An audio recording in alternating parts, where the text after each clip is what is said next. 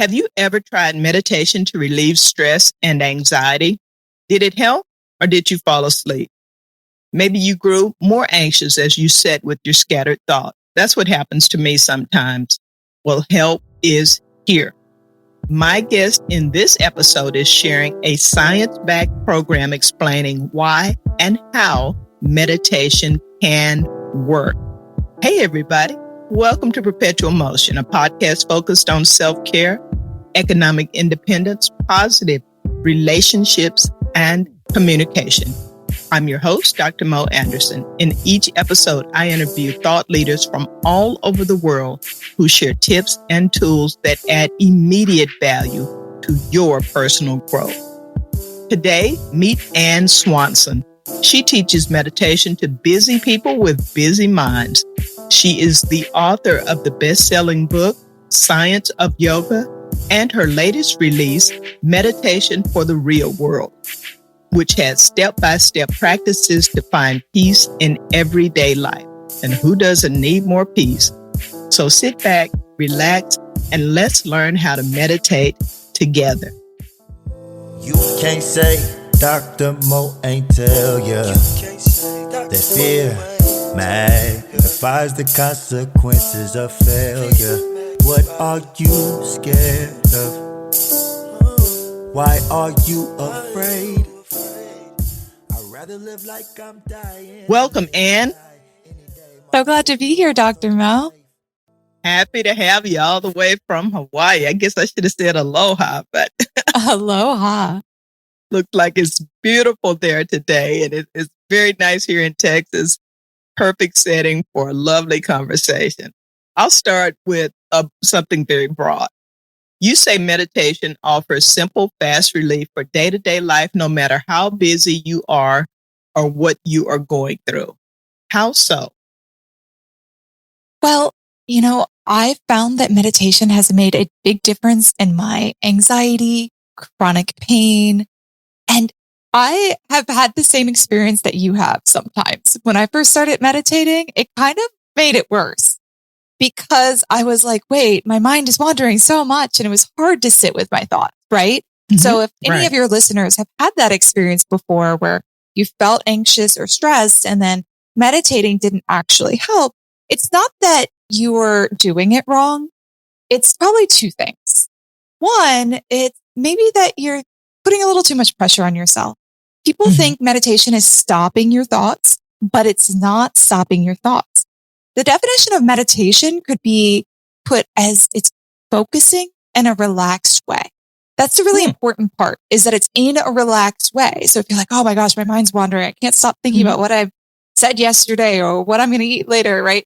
And you get upset with yourself because you're not able to focus, then that's not the relaxed way. Like if your mind wanders, oh well, you come back. That's the point of meditation, right? It's boot camp for your focus. But the second reason maybe is that you were doing the wrong meditation for you or for that situation, right? Like I would give a different meditation for when you're feeling anxious before a presentation than I would give you if you were grieving the loss of a loved one or you're trying to sleep at night. Those are different meditations, different techniques that you can use from the vast knowledge of meditation throughout history, throughout the world, that you can adapt for your needs. And that's what I really have been doing, is putting together meditations for specific situations, including 1-minute meditations, quick practices you can do. Wow. And I have a question about that for later about the time, but what's fascinating, I've learned something here already, is that I didn't know there were different types of meditation. I thought you sit, you try to clear your mind, or you focus on something or repeat something. But it makes sense to have different types of meditations for different emotions or different issues that you're going through. So those are covered in your book then, different types of meditation. Yeah, that's what meditation for the real world is all about. It's about, these critical moments in your life when you're overwhelmed from doom scrolling. There's a meditation for that. There's a technique you can do to help you when you have social anxiety.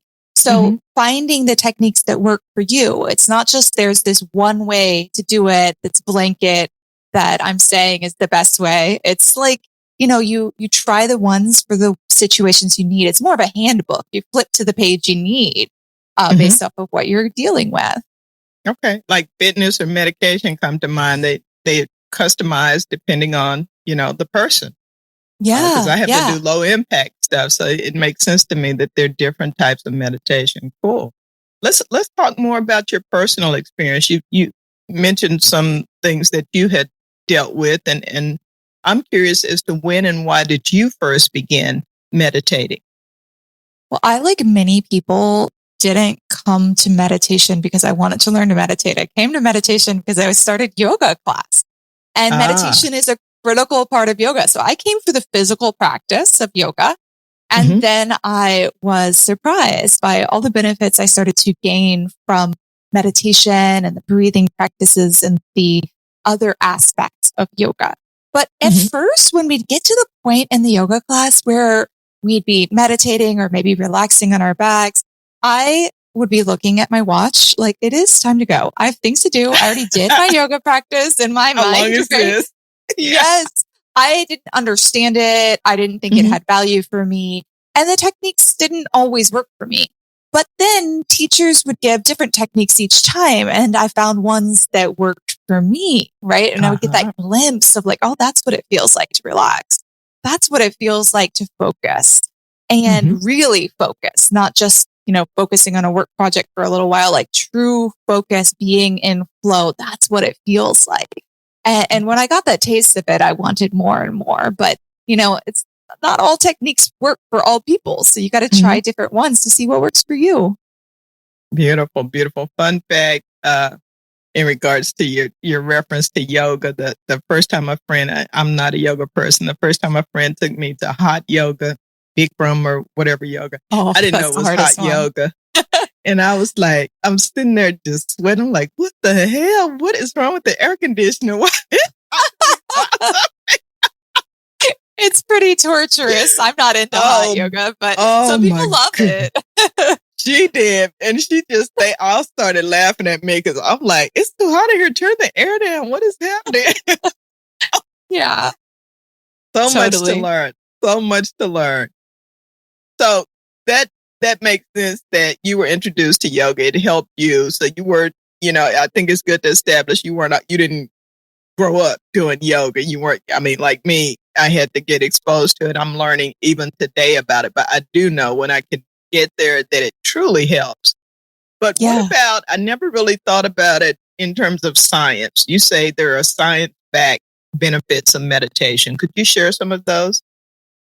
Absolutely. So I teamed with Harvard neuroscientist Dr. Sarah Lazar to write Meditation for the Real World. And so in it, we outlined the most cutting edge neuroscience and science supporting the practice. And it's profound. There has been an exponential growth of research in meditation over the last 2 decades. And of course, we're seeing benefits for the brain.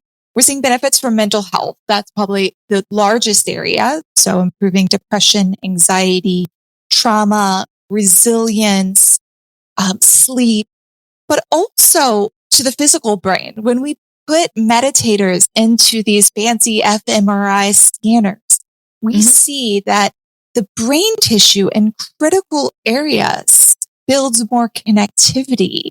It becomes larger in areas related to focus, emotional regulation, memory, things that tend to decline with age and stress. Actually, meditation rebuilds those areas. So 50-year-old meditators have brain structure similar in some of these studies to 25-year-old non-meditators. Some of these critical brain structures have remained the same. Now, of course, we have also lifestyle differences between a meditator and a non-meditator that may play a role in that research. But the thing is, meditation helps you make better lifestyle decisions. You get in touch with yourself. And that's how it's helped me so much with my chronic pain, is that I'm able to catch the pain when it's flaring really early, when my body's whispering, rather than when it gets to the point of bedridden yelling, right?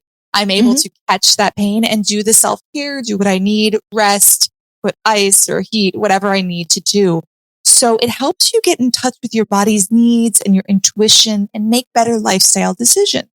But we also see that meditation helps every system of your body, like the cardiovascular system. It improves blood pressure, cholesterol, heart rate variability, helps us to relax and counter stress. It even reduces risk of heart disease. And it also helps with getting sick less, the immune system. I could break down each system of the body and how meditation can contribute, because ultimately it's helping you manage stress and be more joyful, living out like what you really want to do, get in touch with your intuition and live the life that you want to live. And I'm curious, I have a couple of follow-up questions. When you can see these changes in the brain and different areas light up, is that immediately or after they've been doing it 6 weeks or 6 months? At what point do you begin to see these changes? Great question. So we have brain state changes immediately. So we have the brain wave activity changes, goes from like beta brain waves, like what we're doing right now, where we're conversing, or if you're listening to this podcast, you're listening, right? You're probably mostly dominant in beta brain waves, that kind of evaluating, thinking sort of brain activity. Now we go pretty soon into alpha brain waves. Now that has to do with relaxation and ease. But meditation has been shown to bring us into other brainwave activities with practice, like gamma brainwaves, which have to do with peak focus and memory consolidation, or even delta brainwaves, which are typically only seen in deep sleep. There's some meditation techniques that bring us into that rejuvenation effect of sleep while we're awake and alert to observe it. And so it's really cool what can happen immediately. And then that can last for some time afterwards. You feel relaxed for some time afterwards too. Brain chemistry also changes immediately. You release endorphins, those feel-good chemicals. So we have that immediate brain chemistry changed. And then long-term, we have changes. Typical research is about 8 weeks. We've seen changes in less than that, but the structure of the brain begins to change after just 8 weeks of practice.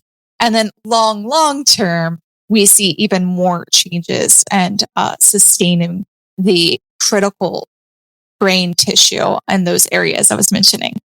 Wow, that's really fascinating. As a biology major too, I'm just picturing all those different types of waves, and I can see too that this would not only help you individually, but also in your relationships, because that when you're tense, when you're in pain, when you're burnt out, that translates into how you communicate with other people. Has there been any research to support how it impacts how you interact with the others? Absolutely. And one of the growing areas of research right now, the burgeoning area, is compassion-based meditations. Compassion-based meditations have effects to our brain, but also our immune system, immediate immune effects that last for days. And it's crazy how sending compassion to others, sending good wishes on others, helps you physiologically, helps your mental health. So one of the techniques is loving kindness, and it can be done as like a 10-minute or plus, longer meditation.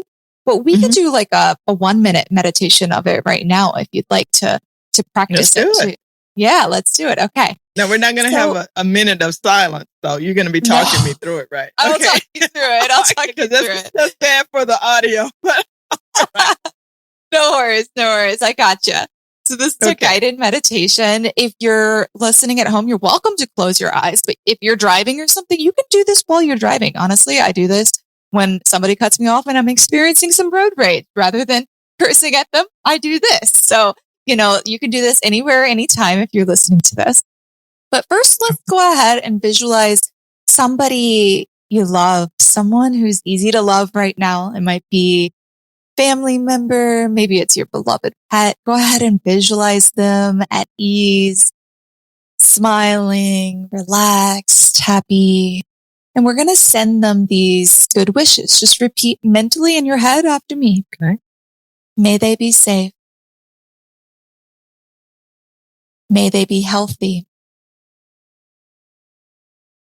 May they be joyful. May they be free from suffering. May they be at ease. Imagine them glowing, smiling, at ease. Notice how that feels in your physical body. Now let's go ahead and do to somebody you don't know that well, like maybe a coworker you don't know that well, or somebody that stood in line in front of you at the grocery just store. Took away all my good feelings about my grandkids. Oh, we're going to the next stage. We're going to the next stage. We're gonna take that love and kindness and send it to a stranger. So now that we practice on our grandkids or pet, like that's easy to do, right? We're gonna do ones that are a little more hard, right? So the stranger is a little more challenging. So just imagine a stranger. Okay. May they be safe. It can be anyone. May they be healthy. May they be joyful. May they be free from suffering. May they be at ease. Last one, we're going to send it to ourselves, that same love and kindness to ourselves. So imagine yourself smiling and at ease. Feel your body relaxing. May I be safe. May I be healthy. May I be joyful. May I be free from suffering. May I be at ease. Just feel that in your body for a moment. Notice how you feel. So the reason we do ourselves at the end is because for a lot of people, it's easier to send that loving kindness to your grandkids than it is to yourself. But it's very important to also send it to yourself. So after we've had a little practice, then we send it to ourselves. And building that self-compassion is important too for helping relationships. Very nice. I'm a Christian and I spend time in my war room almost every night, and it really reminds me of the same type of feeling that I get from that. But it was interesting to me that it was so much easier for me to do that for a stranger than when you tell me to think of someone specific. I immediately felt annoyed.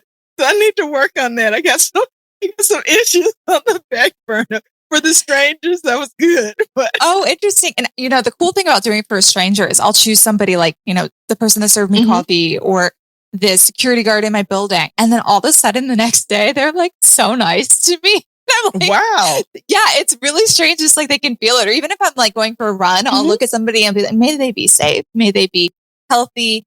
And I could see, they feel it. Like it's kind of cool how that works. But to your point, it is very similar to prayer. And I find that meditation works really well alongside prayer. So if you think of prayer as speaking to God, meditation lights up your brain activity in a way more similar to listening.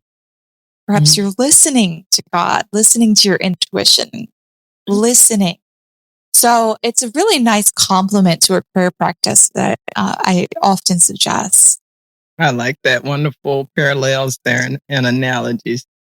You mentioned some issues that meditation is helped with and the science behind it, but I particularly want to talk about two that we discuss a lot on this program are perfectionism and burnout.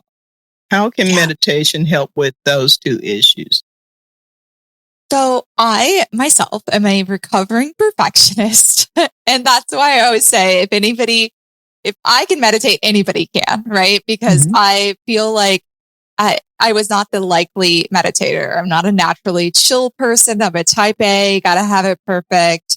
And I feel like the best technique for meditation is what we just practiced, that loving kindness for perfectionism. Because as we practice, I like to put myself at the end. Traditionally, you put it at the beginning. I find that so hard. I'm like, I have to start with sending loving kindness to myself. but I'll put it at the beginning and at the end, because then you've had that practice of sending to your grandkids, sending to all these other people, and being able to have that self-compassion is really important. Like, I remember when I was a little kid, I would pray to God and I would say, forgive me for all the mistakes I've made today. And I'd list out all my mistakes. Tomorrow I will be perfect. I promise. Tomorrow I will be perfect. And every single day I would come back and pray, I'm so sorry I made this mistake. You know, I cut off my teacher. I said something mean or whatever I did. And I would list them out. And, you know, I put a lot of pressure on your little self. Right. If my 8-year-old self was going through that, you know, that perfectionism has been a lifelong struggle for me. And I think that developing self-compassion is one of the hardest things we can do, but it's one of the most important, as we often forgive other people for their mistakes, but we have a harder time forgiving ourselves for our mistakes. And I think that building that through loving kindness meditation, that one we practice, is really helpful, as well as just listening to your intuition in your body, you know, listening to your signals so that you can do the proper self-care. That really helps with perfectionism. Now, burnout is an interesting one, because I feel like we live in this go, go, go society where everybody's like, I don't have time to meditate. I don't have time to add a 20-minute to-do thing on my morning list, right? But it doesn't have to be like that. You don't have to sit on a cushion on the floor for 20 minutes in silence. Your kids can be screaming in the background when you meditate. Guess what? That's a great time to be able to meditate with the sounds of whatever chaos is going on in your house. Because if you can cultivate chill amidst that chaos, then you're going to be able to bring that into your everyday life. So you got to trademark that. Cultivate chill amidst chaos. That's beautiful. I think that's the first time I said that. So write it down as soon as we're done, because that's beautiful. I love that. Yeah. So it's better practice if it's loud and chaotic, or if, you know, you're feeling overwhelmed and your mind is wandering a lot. You know, it's better practice to meditate in that moment, right? We think of meditation as boot camp for your focus. So it's like when we go work out and, you know, it's that day you don't feel like working out and you get up and you force yourself to. Not that day that's super easy, you feel motivated. No, the day that you don't want to, but you do it. And maybe you do it half your effort. But at the end, you're like, wow, I'm glad I came. I'm glad I at least came. Right. I'm glad I did it. That's what those meditations are like. You're getting an even better workout for your brain, or for your brain network activity, when you are distracted, when you're burnt out, when you're frustrated, when your mind is wandering constantly in the meditation. Because meditation isn't stopping your thoughts. Meditation is noticing when your thoughts are wandering and then redirecting. It's the whole process. The first step of meditation. Yes, it is. Because the first step for everybody, even advanced meditators, is your mind will wander. Focus on the focal point, whatever it is, the thing I tell you to say, your breath, your body awareness, whatever the focal point is, you focus on it. Second step, mind wanders. The next step is what makes it key. You determine, is this important or not? If it's, you know, what did I say 10 years ago to somebody, you know, and are they still mad at me? Is that important right now? No, it's not. So you'd come back to your focal point. That ability to redirect back to your focal point is a specific brain network activity that you're strengthening, right? That's your reps in the gym. That's you strengthening that activity, because most of the time in the day, our mind is wandering constantly. 47% of the time in our waking hours, our mind is wandering, but we don't even notice it. We believe our thoughts. We just get caught up in them, and most of them are negative. So meditation isn't stopping your thoughts. It's stopping believing your thoughts. It's coming into the presence. And when you slow things down, you're able to handle it better. So I think of burnout, you need to put these 1-minute meditations into your life. You are at your computer. You're reading an email. You're overwhelmed from it. It's a stressful email. Maybe you even drafted a response before you press send, before you respond. Turn your chair around. Look out a window if possible. Broaden your vision. Our eyes are not meant to be narrow focused on these little screens all the time. Our eyes like that broad, expansive vision. Take a moment, notice what you see. And as you're listening to this, we'll do this as like a 30-second meditation. Notice what you see. Take it in. Notice what you hear from far away to up close. Take a deep breath in through the nose. Notice what you smell. Notice any tastes that are present. And finally, notice what you physically feel in your body. Feel your body. That's where we can get in touch with that intuition and that listening. If you take just a minute to get in touch with the moment, turn your chair back around, I guarantee you'll be able to answer that email with greater sense of clarity. You'll be able to come with your true voice, your true self, with proper boundaries. And more professionalism, probably. Professionalism, yeah. Exactly. Yep. That's very, very good. Great answer. And, I love just how you're acknowledging that we all have these thoughts and our minds wander, and there's nothing wrong with you. I think that's the big takeaway for me. There's nothing wrong with you. That's perfectly normal. But particularly when it comes to needing to calm yourself down, we got to rein that in a little bit. Yeah. You've alluded a couple of times to the amount of time to meditate. Until I talked to you, I'd never really heard of a 1-minute meditation. I really thought you needed to sit there 30 minutes or an hour. Oh, wow. How long do you need to meditate for it to work? Yeah. So traditional practices are 20-ish plus minutes, right? But I find that if I'm going to fit a formal practice into my day, seated on a chair, however you want to sit, it's going to be 10 minutes in the morning. So that's often also a length of time done in the research that has shown to be effective is 10 minutes is great. You can even start smaller as a beginner, like 5 minutes. Now, throughout the day, if you place a short meditation, 1 minute, 3 minutes, 1 breath meditation, if it's right before you're about to blow a fuse and yell at your kids, a 1 breath meditation could be a huge game changer, right? So if you fit these little pauses, powerful pauses through your day, I think you'll get even more of an impact. And your brain is going to get used to like, oh, I'm anxious. Let me do a little minute. Let me close my eyes. Let me check into my 5 senses like we just did, right? What do I see, hear, smell, taste, and feel? So you'll get used to integrating them into those critical moments. You'll be able to walk on stage with more clarity. So I find that integrating them into right before I have an interview, before I press accept, before you go into a meeting, before you press accept on that Zoom meeting, that's when you can have that 1 minute meditation or less. And you're going to come to that meeting with more professionalism, kindness, clarity, and feeling at your optimal focus. So I find that those short meditations make a difference. And we're finding that with exercise too, is that, these brief exercise snacks we fit through our day, they make a better difference in increasing our blood flow through the day, lowering our blood glucose levels, helping our energy. And if you think about it, this is what humans are really meant to do. We're meant to be constantly moving.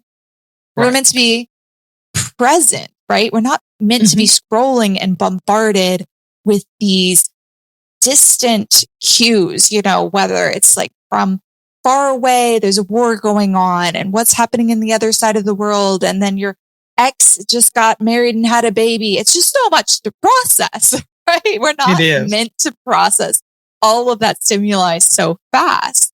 And so it's really, these little breaks can help us with processing. They're like a reset button to our nervous system. Absolutely. I thought about as you were saying that I have 2 or 3 friends who just don't do social media at all. They don't. And whenever we're around people and they say that, because someone will say, did you see on the ground? Did you see on Facebook? And we're all yakking. And they go, I don't do social media. And, everybody gets this horrified expression on their face. But those are some of the calmest, happiest people I know. And there is nothing happening. They get major news, but there's nothing happening on social media that's going to change. I mean, every once in a while I get a little help from TikTok, but for the most part, there's nothing life-changing or transformational, depending on what the average person is looking at.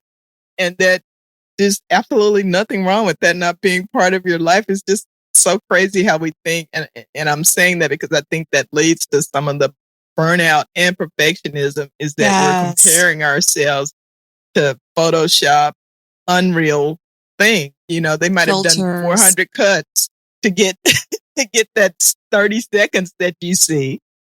And we have no idea. Absolutely. And it seems like if you are one of the social media users, like when you're waiting, your finger just goes right to it.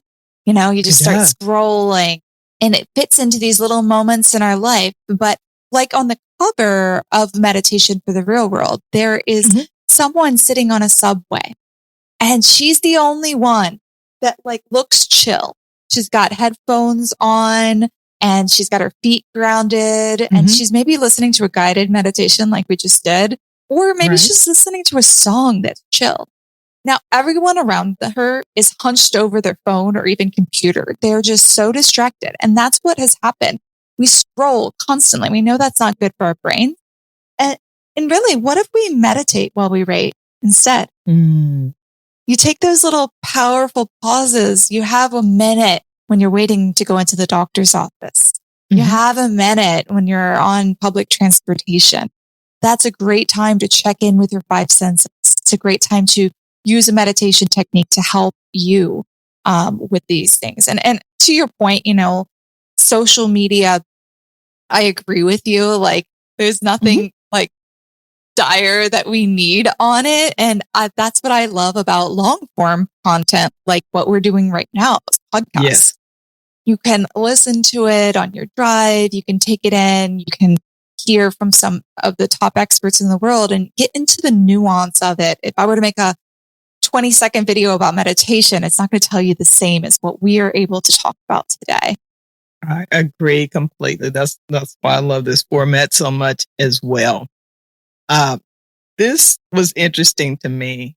I read that you use meditation to manifest a book contract with Random House. Random House, if you don't know that publisher, they are a major big league publisher. Is that true, Ann Swanson? Well, my publisher DK is part of Penguin Random House, and I got this book contract at a time in my life where I was meditating and journaling a lot, and I was getting rejections from job offers constantly, from job applications, just one after the other.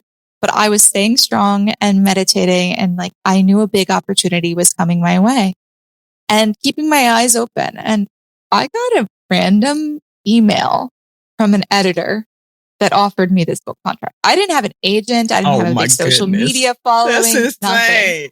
No query letter, nothing. Yes, nothing. I didn't have a book proposal, but they sent me their book proposal for Science of Yoga, my first book. And it was exactly what I would have written. I just finished my Master's of Science in Yoga Therapy. So I just got this graduate degree, which made me weirdly overqualified for all these jobs, which is why I was getting rejection letters. And I was like, I know I need a project that brings together everything I just learned from that and from traveling the world. I studied yoga in India and Tai Chi and meditation in China. And I knew I wanted something that would bring it all together. They sent me a book proposal. This is the proposal I would have written. And the rest is history. And I truly believe that when you listen to your inner body awareness, your intuition, when you are in touch, then you're opening yourself. You're opening yourself to the opportunities that are right for you, for the right people to come into your life. I agree. And that is very encouraging. I hope for those of you out there who are, waiting for something wonderful to happen and you're curious. I think we're both intellectual tourists. And I just want you to know, no experience, no opportunity, no conversation is wasted, no education. Take all of the classes you want, travel all of the places. It's going to come together into some it comes together. Amazing new thing. Together. Yeah. Amazing new thing. Well, congratulations to you. I didn't know which book it was for, but I did get that tidbit of information. And as a fellow author, I just was like, because I've had other things happen around speaking in particular that just came out of the blue. And I was like, oh my gosh, this is so awesome. But books, no, I've had to go the more traditional route of getting mine published. And that's been great too. But it just makes me all that more excited about that wonderful opportunity that you got. And now you've got a second book on meditation. So good work. So my final question for you, Anne, is what has been the biggest long-term benefit of meditating for you? I alluded to it earlier. I was debilitated by anxiety and chronic pain. And now I manage both of those things. It's not like anxiety never comes up or the chronic pain, it's a lifelong condition. So it still comes and flares and comes and goes, but it is not debilitating at all. It doesn't run me. Both of them sit in the back seat and I am able to run my own life. So that's been the biggest area is anxiety and chronic pain for me. I am so happy to hear that and so happy that you're sharing the lessons learned in your journey to help others. So please, before we go, tell listeners how to connect with you online and learn more and order your books. Yeah, go to meditationfortherealworld.com. And not only will you get the links to be able to buy the book wherever you are, but also you'll get a free meditation challenge. So if you've been wanting to get started in meditation, then this is the perfect thing for you. Less than 10 minutes a day with tips on how to integrate these 1-minute meditations into your life. So that comes with the book. So go to meditationfortherealworld.com. Beautiful, beautiful. Thank you so much, Anne. And thank you, listeners, for your time and support of this woman-owned indie podcast. Remember to like, subscribe, and share for more like this. Until next time, be safe and be well. And wasn't that a great program? Oh, love that episode. I enjoyed it. I hope you did too. Please remember to like, subscribe, and share. Learn more about me on my website, drmoanderson.com. That's MOE. You can read book excerpts, watch videos, learn about my services that I offer, and book me for a speaking engagement. I'd love to talk with your group, and I'd love to work with you. So until the next time, review, renew, and re-you. Thank you.